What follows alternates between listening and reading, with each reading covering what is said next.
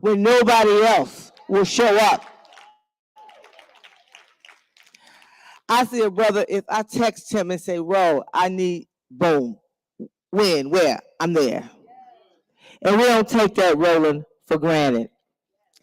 And so we were on the hill, because Roland like talk about votes, like, what you coming to D.C. for? You don't go nowhere but to be in the ballroom. Well, we outside of the ballroom, ladies, today. We went to, on the Senate side today to make sure that we weighed in and we took our agenda to these folks, Democrats and Republicans. And so I just want to thank you. And we wanted to make sure that we showed you our love. And Roland, if you haven't made a contribution to his media platform, 100% Black owned, we need to do that. We need to do that. If it ain't but $10, do that. So, Roland, we're not gonna keep. I know you just got off there, I'm sure. And so, we're gonna have you come up and get us started. We've got our sister Jocelyn Tate, who's going to interview you, who is our senior policy advisor extraordinaire for tech policy, but also is a bad sister from Memphis, Tennessee, who speaks truth to power when she goes and sits there at the Federal Communication Commission. Am I getting that right, George? Well, I said FCC, and make sure that she weighs in and makes folks understand that the issues of privacy is a civil rights issue of the day. And so turn it over to my sister Jocelyn just to have this fireside chat. And after that, we will Roland will provide signed copies of the book, and that's and sponsored by Black Women's Roundtable. Thank you. Jocelyn. Thank you so much, Melanie. And thank you so much, Roland, for coming today to share this book with us today, White Fear: How the Browning of America is Making White Folks Lose Their Mind. Lose their doggone mind. So we just want to start first. I want to start talking. In the book, you said that by 2043, no ethnic group will be the majority in America. Now let's unpack that and see why that's making white people lose their doggone minds. Well, you might remember probably about 30 years ago when the story first came out saying America will be a nation majority of people of color. Then it was really like 2060. And people kind of like, oh, man, that's so far away, we'll be dead. Then it started dropping from 50, 60 to 57, 55, 53. Then it went all the way down to 43. And by 2039, the majority of the working class in the country will be people of color. So 47% of whites will be, the population will be 47% white. Then you have Latino, African Americans, Asian, Native American comprising 53%.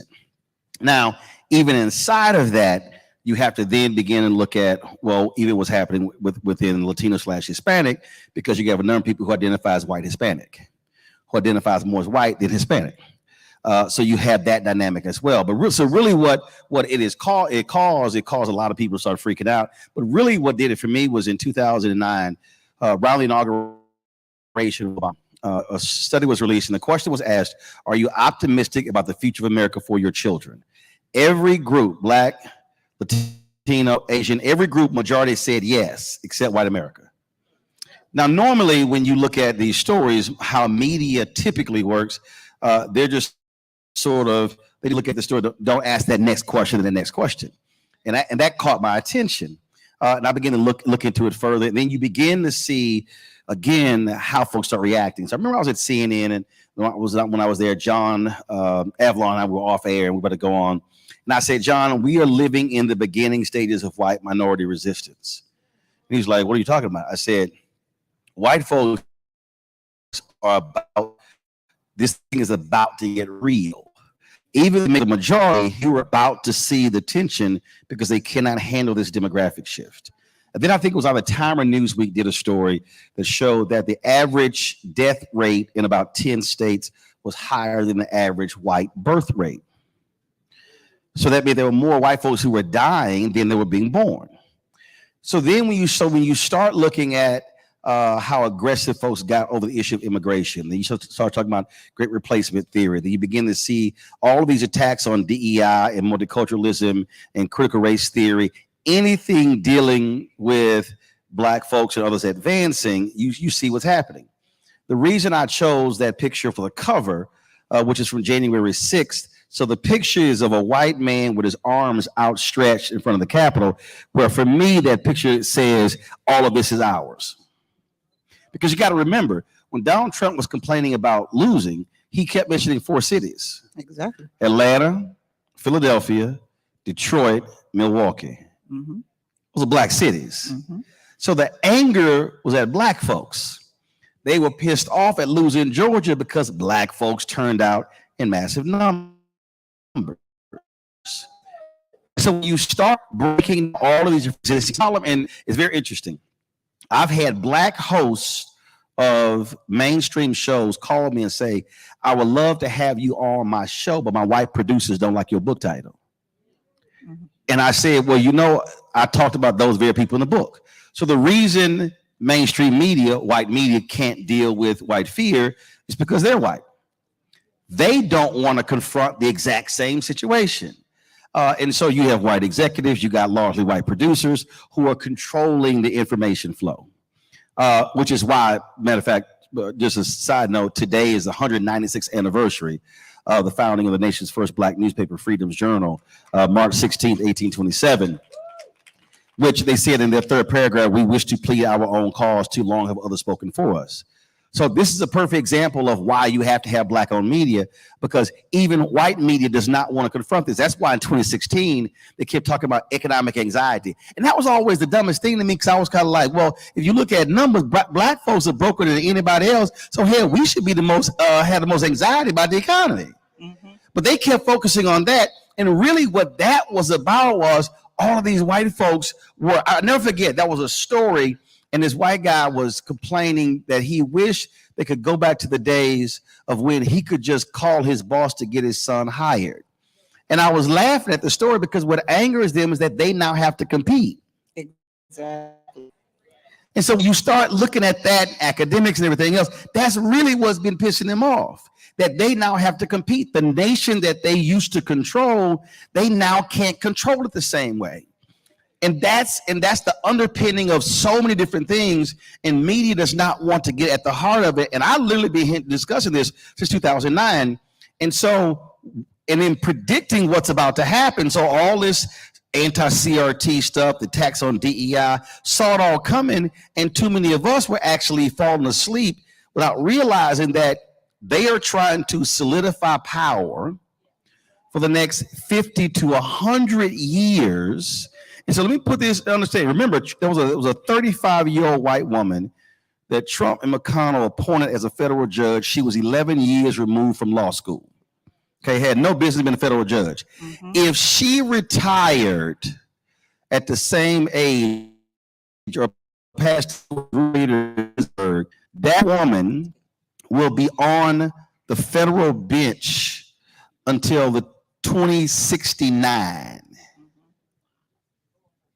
2069. And so that's why when I'm trying to explain to our folk why you can't act like Judge Ketanji Brown Jackson is no big deal to the Supreme Court, and the federal judges, the Black federal judges that Biden has been appointing with the Senate Democrats is no big deal, because these white conservatives are looking at how can we control every level of power for the next 50 to 100 years, which means that when you get to 2043, they might, yeah, y'all got numerical numbers, but we still have power. And my fear is that we will be like South Africa. We will have the political power, but they will still control the economic power, the judicial power, and still control the country. So you unpack that a little bit about the judiciary. because talk about how Mitch McConnell was holding up, you said in the book. Oh, absolutely. He was holding up everything so he could get 100. Gorsuch, Neil Gorsuch. All of the conservative white judges on the and they bench. were real clear. They were real clear. He gave an interview with Sean Hannity where they said, we are going after young judges. The judges were 35 to 45. Mm-hmm. If you were 55, 60, you didn't have a shot because they wanted folks who would be there at least 30, 40 years. Mm-hmm. And see, this is where Democrats, progressives, and black folks were completely asleep at the wheel, not just on the federal level, but you take the state level. I was just literally I just walked off the air, and in 2020 there was an increase of 4% of black voters in North Carolina, from 64 to 68% from 2016 to 2020. Okay, now that's great, but if you go back to 2008, look at how black turnout was. The reason Obama wins North Carolina by 14,100 votes because you had massive black turnout. Of course, they then put in place massive voter suppression, voter ID to bring the number down. You had Moral Mondays, repairs of the breach, poor people's campaign fighting to bring it back. But here's what happened in 2018. Sheri Beasley loses by 400 votes on the North Carolina Supreme Court. She was Chief Justice. Now, you might remember, Democrats took over the Supreme Court. That's how they ruled against racial gerrymandering, against voter ID, in which fought a lot of that back. She loses by 400 votes. Had she won, Democrats would have a 6-1 advantage over the state Supreme Court. It went down 4-3. 2022, they just lost one of those seats. Republicans now control the state Supreme Court 4-3. What did they just do? The courts issued a ruling in two cases, a gerrymandering case and a voter ID case 6 months ago when there was a Democratic majority. Now that they took control in January, they're going to rehear those cases.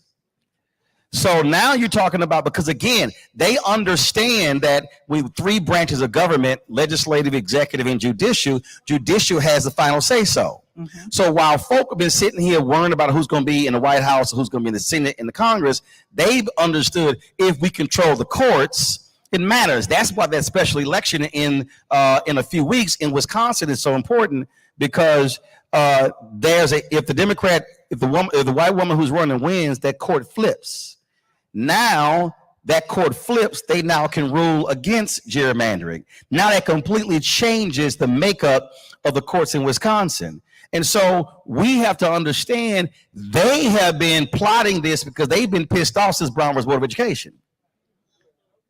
They were angry with the appeals court in the Fifth Circuit, who was really making all the different rules coming through the civil rights movement. So that's really what the Creation of Federalist Society is. And so they are sitting here playing a long game.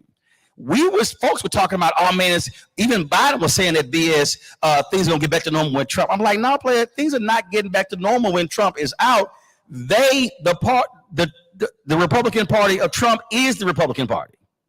And so what we have to understand is we are simply not even maximizing our numbers. There was a massive drop off in South Carolina in the last election of black voters. Mm-hmm. You look, Warnock only won by 95,000 votes. Okay. And let me be real clear. If it was not for the third party groups on the ground, he would have lost. Let me be real clear. Because his campaign, I know, because his campaign was weak as hell. They were not doing what they were supposed to do. They had not put any money in any black newspaper until late September.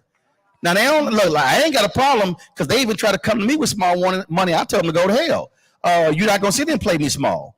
And so we have to. And so what I was just on the Breakfast Club yesterday trying to explain. I'm like, look, if we are voting at 65 to 70% of our numbers, we sweep seats statewide. If you got 500,000, and when I'm bringing down white fear, so here's a perfect example. Anti-CRT, many of us were asleep. That propelled all them white folks to the ballot in 2020, 2021. In South Carolina, Moms for Liberty, that crazy right-wing group, took over 10 of the 14 largest school districts in South Carolina. What did they immediately do? Start firing superintendents. Start changing curriculum. That's black folks. Yep. So we have to be in a constant state of educating and enlightening. We keep telling folk vote. You can't vote unless you get unless you register, but you can't register unless you're enlightened. You can't be enlightened unless you get educated. And so right now, we have to be engaged in an aggressive education and enlightenment campaign for next year to walk folks through, because they are executing their strategy. What Ron DeSantis did in Florida by attacking the AP curriculum, that was the strategy. The story came out to now, here's what the next deal is. Right now, the next attack isn't the history class, is social studies. One of the book publishers said they went through the books and tried to remove race as much as they can, even when it came to Rosa Parks, for fear of violating the law that they passed. So then what did he do next? The DEI piece. What happened? They hit in Florida, then Texas picked it up, then North Carolina picked it up. So they are using the power where they control state legislatures to enact these policies, because they do not want to see the advancement of African Americans and Latinos. And that's what's going on. And the reason media is so important is because that's how you're able to change hearts and minds. And so too many of us are listening to Black radio and laughing and giggling and not being educated. And then when the stuff goes down, like that bill in Florida, I got some fools say, oh, knowing to Black fraternities, it's fraud. He was wrong. And I told this fool to stop tweeting, because you know what the hell you're talking about, because I call the Black legislators in Florida. The bill was written in such a way that it could impact them. You don't give them that sort of leeway, because they are specifically writing the laws to eliminate as much of our power as possible. Because, and here's why the attack on the D9 is so important, because the Divine Nine, out of all the Black institutions we have, is the most sophisticated and vertically and horizontally integrated. We're international, national, regional, state, grad chapter, undergrad chapters with programming impacts K through 12. And we are, other than the Black church, we are self-funded. So if you attack it, so they are attacking our pillars. So if you attack the pillars of the Black community, then you are in position to simply attack us in every other way. Now, you talked about how this strategy, because this strategy is real. White people are afraid, and they're attacking and they are using the judiciary strategically. They're using voter suppression strategically. They're using education strategically. Now, you talk in the book about the Black Republicans. How are they being used strategically? Well, it's very, look, right now you have the largest number of Black Republicans in Congress that you've had since the 1800s. And so what is happening there, you got John James, who was elected in Michigan. You've got Byron Donalds, who's in Florida. Of course, you got Tim Scott. And so what they then say is, oh my goodness, you can't call us racist, because therefore we have these Black Republicans. And so they are also living in denial about exactly what is going on. And so then you got the brother who's lieutenant governor in North Carolina, who's talking about running for governor as well. And so, and the thing for me is, let's be real, this for me, it's not a question of who's blue, who's red, who's Republican, or who's Democrat. The question is, where do you sit when it comes to the policies and how they impact people? A Michael Steele Black Republican is different from a Byron Donalds Black Republican. Mm-hmm. Look, we've known Black Republicans all our lives, but the Ed Brooke Black Republicans, for the most part, do not exist anymore. And so we have to understand, and a lot of them are actually coming from districts that are 70, 80, 90% white. And so they are advocating policies that are absolutely against us. So you take Senator Tim Scott, for example, who is literally doing the bidding of these folks who have our interests at heart. And so he gets on the floor, he talks about how he's been racially profiled. When you look at the George Floyd Justice Act, he was the one who actually, he killed it.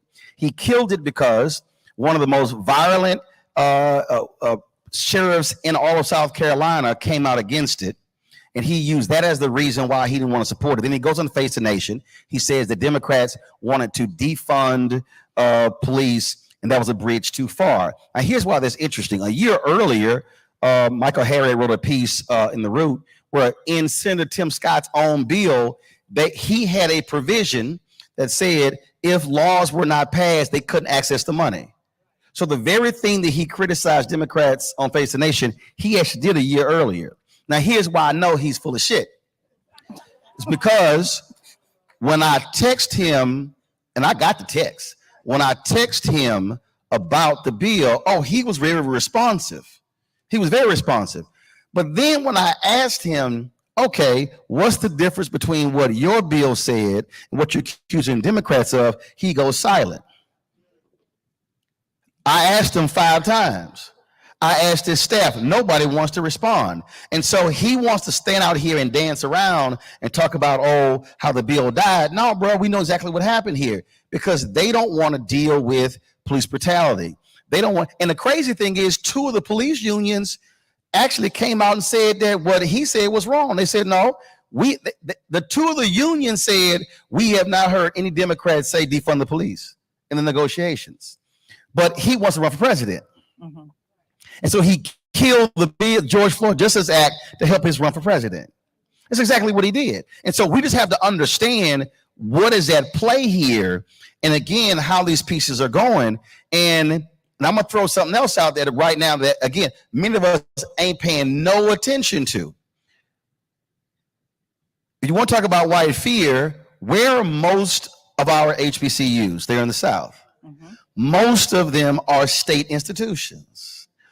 When you have all of these anti-DEI policies, those policies impact all state schools, including the HBCUs.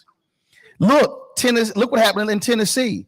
The lawmakers said that Tennessee owed Tennessee State about $500 million in being historically underfunded. When Tennessee State went to the legislature and asked for $250 million, then they said, let's do an audit. Then all of a sudden, we have issues with the leadership, all kind of different stuff, only when they start asking for more money. Ruth Simmons, who just resigned as president of Prairie A&M, criticized the Texas A&M Board of Regents, same thing. And if you read her letter, we broke it down on my show, she basically was saying, alumni, students, faculty, y'all had better fight and take control of your school. So we have to understand, by them having a grip on state legislatures, they literally they are in control of most of our HBCUs.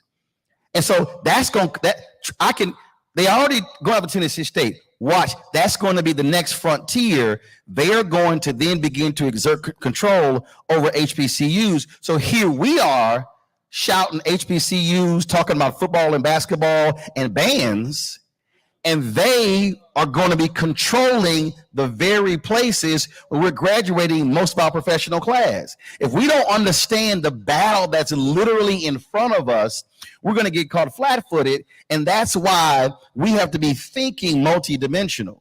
That's why, and I've said this, and I don't care, I've said to Black folks, do not send a dime to the Democratic National Committee or to any, let me be real clear, to any political campaign.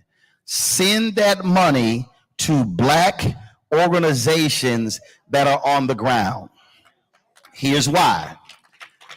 Mandela Barnes, and I don't care what he says, Mandela Barnes would be the United States Senator from Wisconsin right now if he had not listened to those white consultants and ignored Milwaukee. There was a 50,000 voter drop-off in Milwaukee last year from 2018. He lost by 26,000 votes. He from Milwaukee. I had Milwaukee consultants who said they had no contact with the Barnes campaign because the white consultants were like, yo, we got that. They put no money in Milwaukee. That's how he lost. Sherry Beasley lost North Carolina because she listened to white consultants who told her to run from Black people. How does the Black female vice president come to North Carolina and you don't show up where she's at? How are you Black running for the United States Senate and you have no campaigns on HBCU campuses? And they can't say black folks were not trying to come in because I got the text where I was texting directly, when do you want me to come in with my show? They never called. So what I'm saying is we have to understand next year, let's just be real clear. We know what they're not going to spend money on. So black folks should right now be saying we must be funding our institutions that are in the states, and because they are going to be driving voter turnout, and we know for a fact they will be putting that money on the ground in black radio, in black newspapers, in black media, on the ground game to get our folks out. Because for me, and Charlemagne asked me the question yesterday on the Breakfast Club, he said, well, shouldn't Democrats be doing that? I said, I'm not going to wait on a party or a candidate to turn our people out when the policies have a direct impact on us. And all of these things, trust me, because this is what happened for Youngkin. Terry McCullough was an awful candidate. He shouldn't have run. Okay, he should not have run. But here's the deal. He didn't lose votes. White turnout was actually higher. They were simply more energized.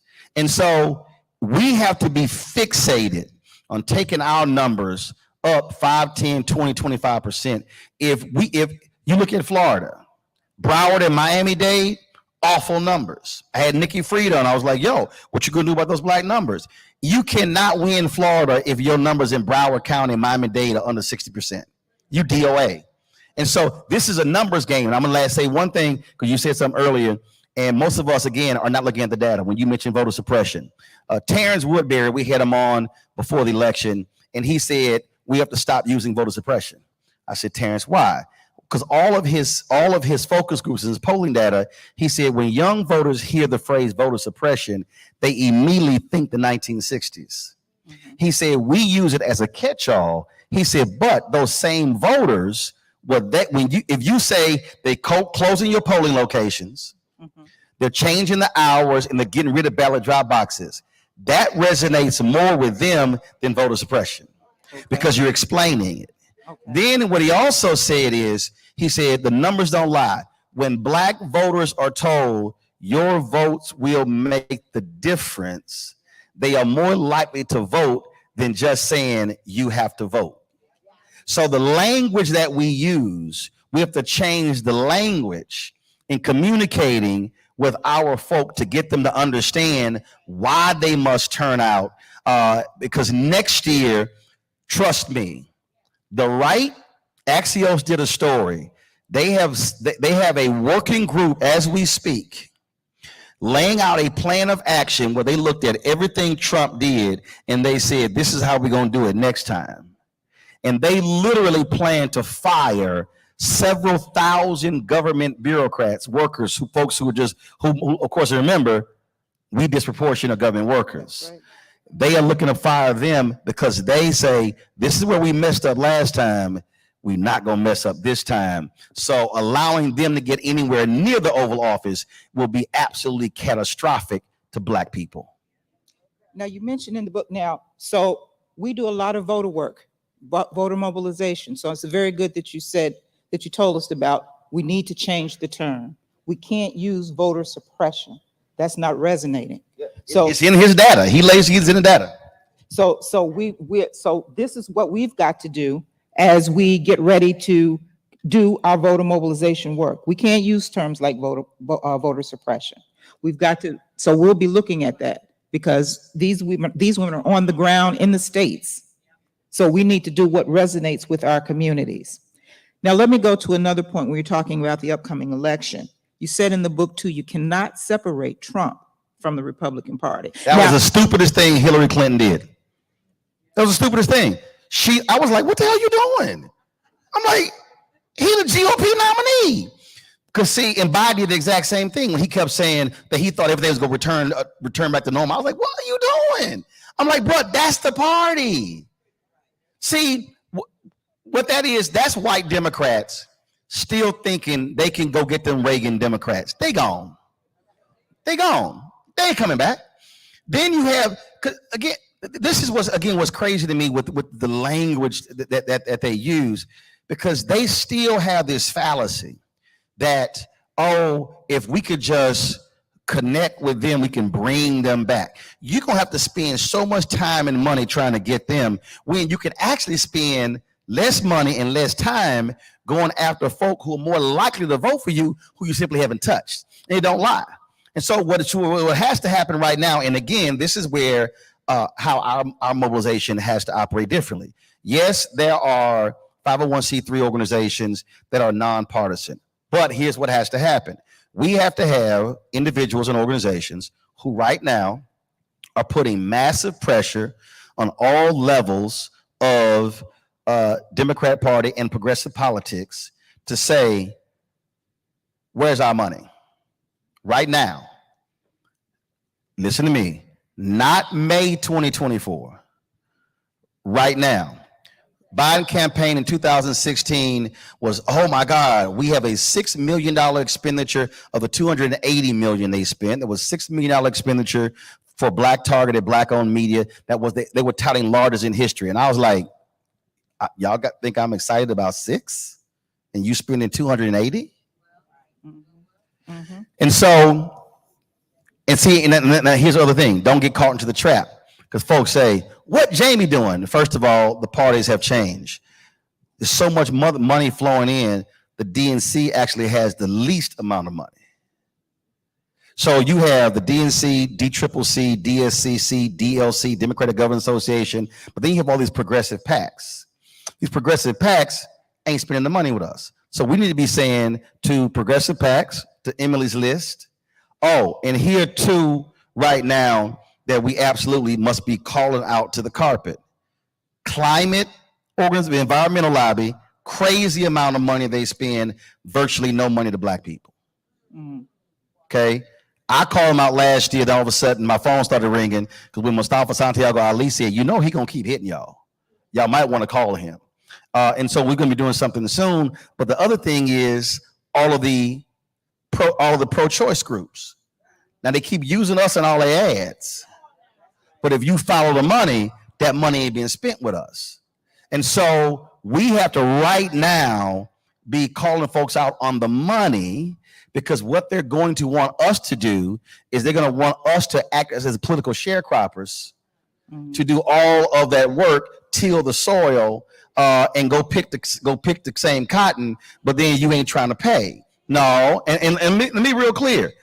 In September, 2 political campaigns called me, because the media folks called me, and they said, we got this money from this campaign, this money from this campaign, and it was $25,000 each, and they wanted this massive media plan. I said, for 50? I'm telling y'all straight up, this is no lie. I'm giving y'all a quote. This is exactly what I said. They talked to my salespeople who called me, and I said, is that what they told you? And I said, got it. I then put a text together, and I sent this to both of the campaigns, and I sent this to Clyburn, Beatty, Meeks, Jeffries, and about 8 others. I literally said, fuck that. I will keep my Black ass at home. Good luck in your campaign. Now, why did I do that? One, you playing me small. Mm-hmm. Yeah. You want ads? You want me to sit there and cover stuff on the ground? I said, y'all, I get 20,000 for a speech. That ain't happening. And they were like, oh my God. I said, no, that ain't happening. Not when I know for a fact. And see, understand how media works. Sinclair Television announced in their 4th quarter, they did $340 million in political advertising in all of their local TV stations. $340 million. And y'all thought I was going to accept 25. During the Biden campaign, brother they had called us, who had no business even talking to us because he had no understanding of the media. He literally said, I can take $20,000 and give it to 4 Black newspapers and they'd be happy. He said, we ain't them. Oh my God. And they said, here's 100,000. We said no. Then they said, here's 200,000. I said no. They said, final thing is fine. We're doing 300,000 advertising. That's it. I didn't answer for 2 weeks. Then when they said it's final, we accepted. Then when we signed it, I then cussed them out publicly. And they got mad. I said, oh, y'all thought I was supposed to be happy. Now, why am I saying that? Because and they literally told me, if I understand what I was told. I was told of the 25, Roland, you get more than anybody else in Black media. So people have to understand. And so what then happens is, this is what they expect us to do. Whether you're on the ground group, whether you're Black owned media, they expect us to shut up, suck it up, take the crumb, and treat the crumb like a meal. No, a crumb is a crumb. I'ma call a crumb a crumb. And so we have to say this stuff in real time. So I've been putting everybody on notice. Everybody. White House playing games when it comes to getting interviews and getting FaceTime with the president. I was like, cool. Well, I know who y'all gonna need next year. And so you can play games with me right now. You can do the gatekeeping, but I'm telling you what's gonna happen next year. And I will purposely not talk about you. See, we have to learn, and that's what I'm saying now. We have to be making a level of demands now. And make it clear, don't come to us with small money. Because he only won Georgia by 12,000. He barely won Arizona. He only won Pennsylvania by a little more than 100,000. Did not win Michigan by many. The margins are going to be small in 2024. So every Black vote is going to matter. And so, like my man, that great financier said in American Gangster, I'm going to get that money. Because if you ain't having a money conversation, you are not having an American conversation. Exactly. I'm getting the signal. And I know y'all think I didn't cuss them out, but I did. I can show you the text. I sure did. We believe you. I sure did. We believe you, Roland. Sometimes folk don't understand language except some other kind of language. Like, okay, so y'all want to roll? Gotcha. We believe you. We believe you. We have no problem believing that you did that. I'm telling you, follow the money. Well, Roland, thank you so much for spending this time with us. I'm getting the hook here that our time is up. What? Girl, you got two more questions. Don't worry about Lon. Go ahead and ask your other two questions. Don't worry about him. Lon ain't running nothing. Go ahead and ask your two questions. Or we're going to take two questions from the audience. Don't worry about Lon. Questions from the audience. We ain't worry about Does Lon. anyone in the audience have any questions they'd like to ask? Right over there. Oh, okay. Is there a microphone? Okay. Well, we Catherine Hicks, I got you. We're streaming, come. so we need the mic so that the people that are watching us. Yeah, we also streaming this on the Black Star Network right now. So. Thank you. I'm Catherine Hicks. I'm from Philadelphia. I'm the president of the NAACP chapter in Philadelphia. And I also own a Black publication, the Philadelphia Sunday Sun. So what you are saying is very, very important, and it resonates, especially with the elections that's coming up. So my question is, for right now, I guess, for the presidential election coming up, Biden is running again. Is there something that we should be doing or even looking at as far as another candidate? Because again, you were saying that voter turnout is probably going to be less. And if Biden is not the choice of everyone. Yes, he is. What? He gonna be a nominee. Yes. No, he gonna be a nominee. Yes. So it's gonna be him. And it's gonna be Republican. That's. Again, barring anything health wise or anything else, as of right now, he's gonna be the nominee. Marianne Williams is not gonna be the nominee. Yeah. Just not. So she. I don't know how many votes she got last time. That ain't happening. No. Yeah. But what has to be happening though is we have to be making a level of demands. The greatest time to ask for stuff is when somebody's running. Right. And so if the White House tells us, well, we did this the first 2 years, we should say that was last year. Right. What about this year? So that was my That's question. where we have to be right now. Yes. And get me clear, everybody does that.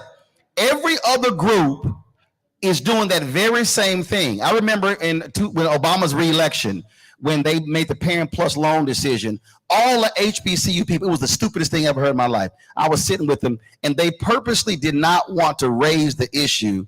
They said, well, we don't want to raise the issue because he's running because of re-election. I said, fool, that's when you raise the issue. Yeah. Like, what are y'all doing?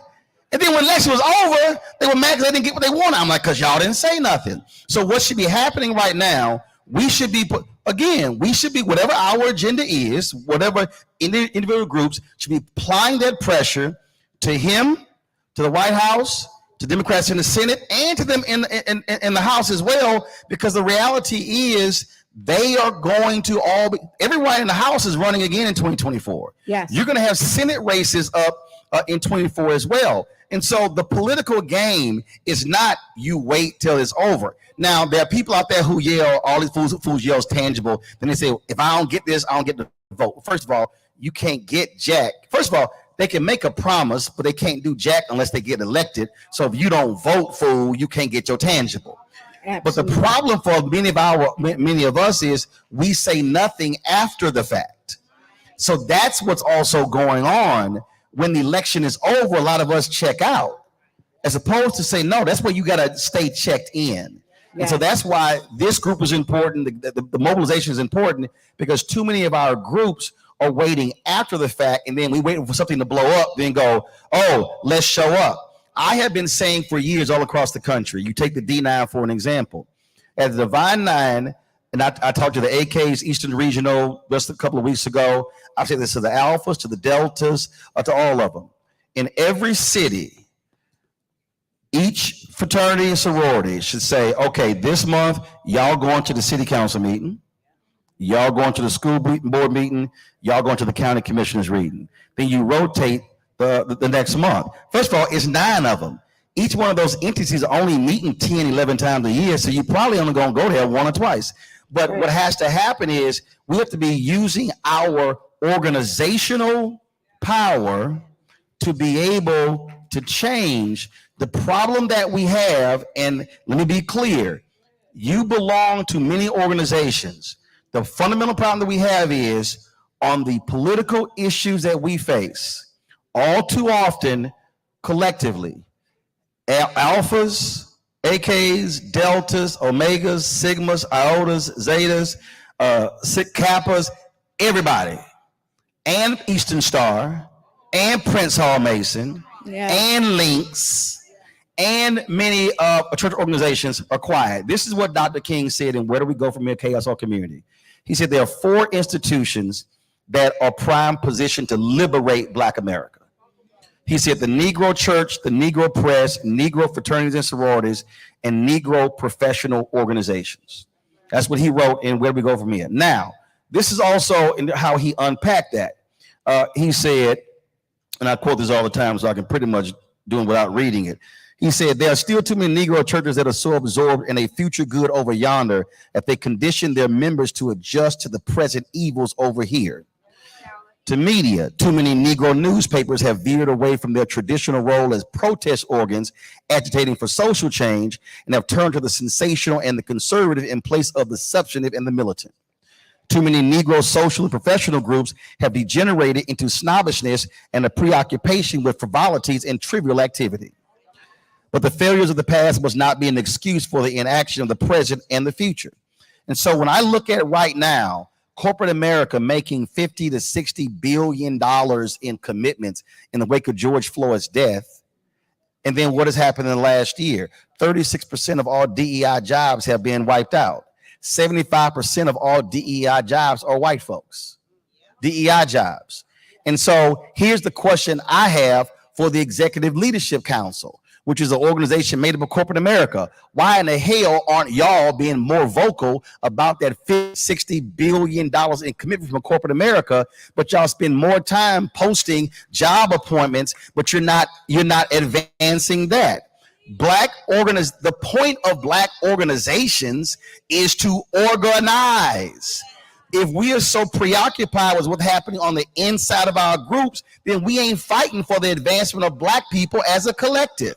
So that's how we have to challenge Black organizations to actually do more. Okay. You heard it right here.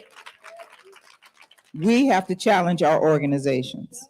We have to do that. I'm a life member of Alpha, and trust me, I got the last 4 presidents on speed dial. They know I ride them. Look, I call out the boule at our convention.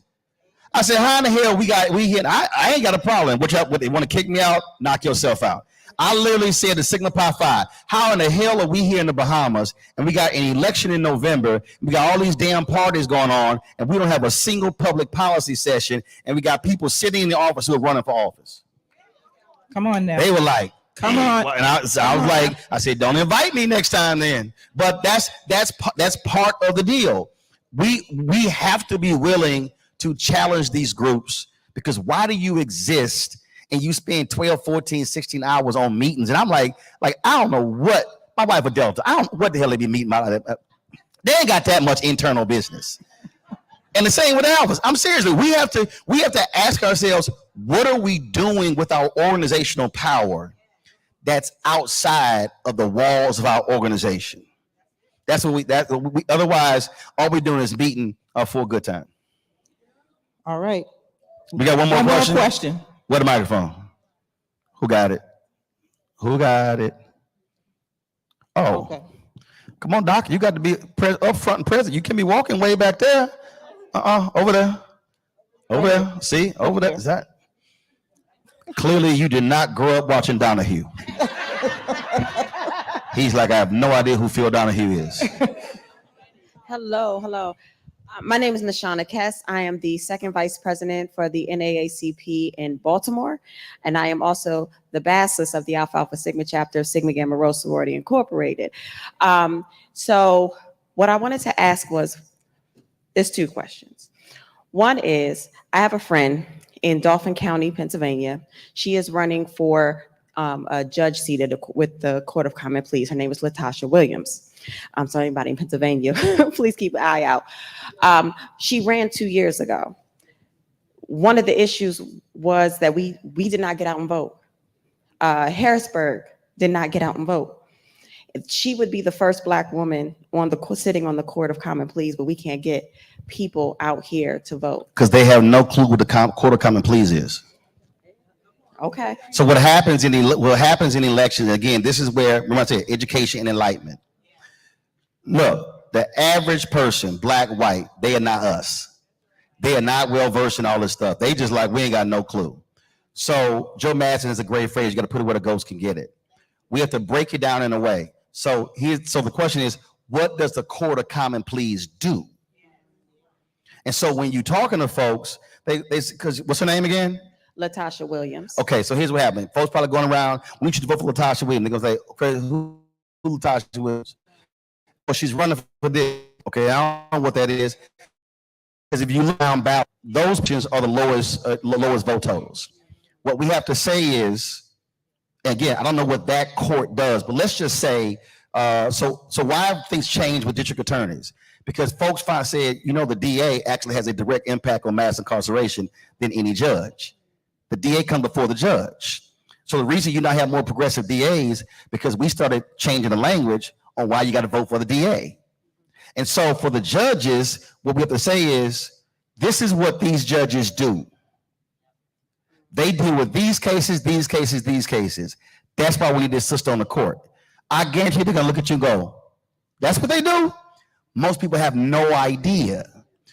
In Harris County, 6 years ago, or was it 4 years ago, they had 18 Black women who were running for judicial positions. They ran as a block. The reason Republicans got rid of straight ticket voting in Texas was because Democrats in Harris County figured it out and used it against them. So I went down and helped, and we traveled all day with those 18 sisters as they were gathering to vote.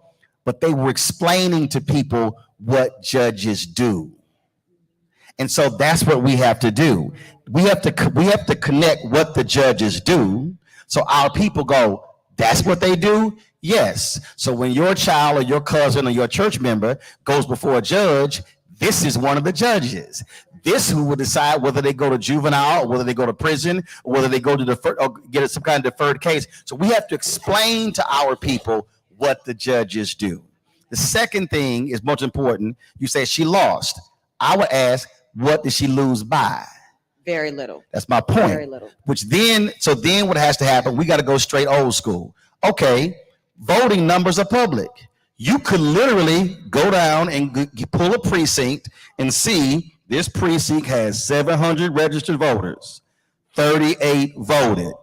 Well, if she lost by a couple of hundred, That one precinct, if you literally go door knocking in that one precinct 3 to 4 times, that one precinct could put her over the top.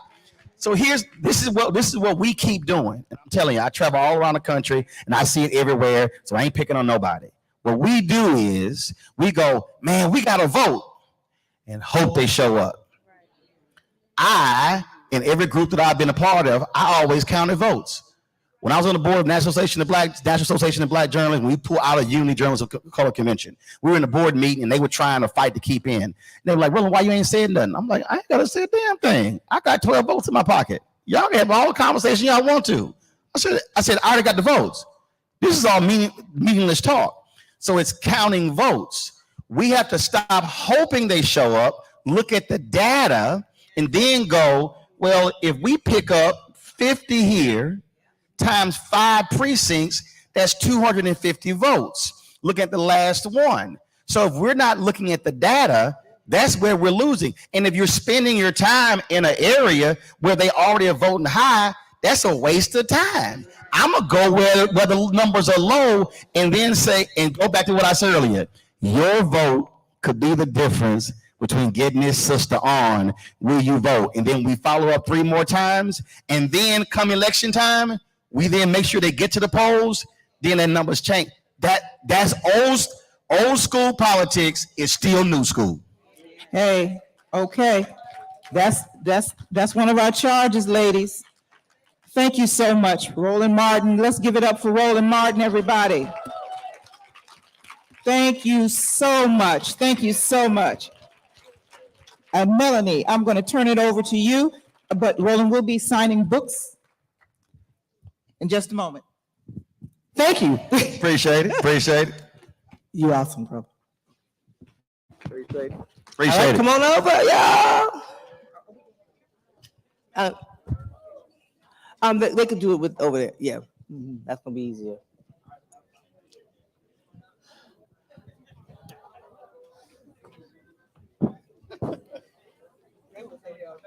Oh, we read that?